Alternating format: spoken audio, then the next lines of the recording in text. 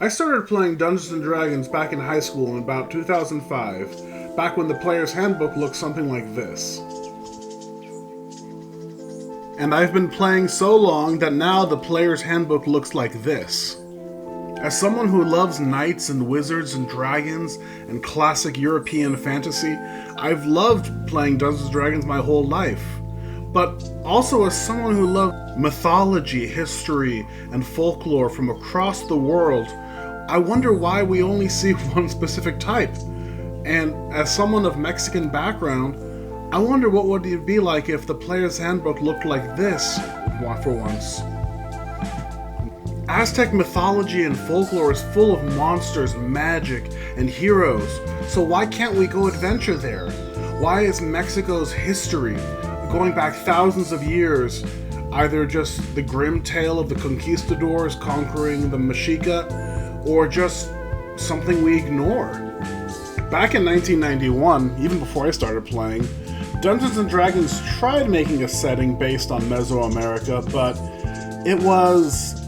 well, I'm sure they meant well, but I can do better. We can do better. Well, by we I mean me and Axo Stories.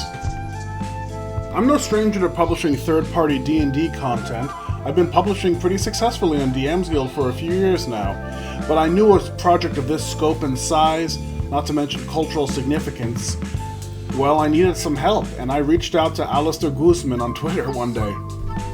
Alistair not only thought it was a good idea, but they decided to join my team and, well, help provide me with a team.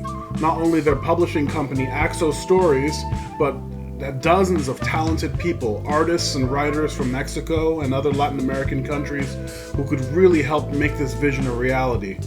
I reached out to Alistair because I had read their adventure in Journeys Through the Radiant Citadel, the official Dungeons and Dragons anthology, and I just really loved it, and I thought, this person is already kind of doing what I want to do, and I bet if we teamed up, we could do it on an even grander scale, beyond just a small anthology story.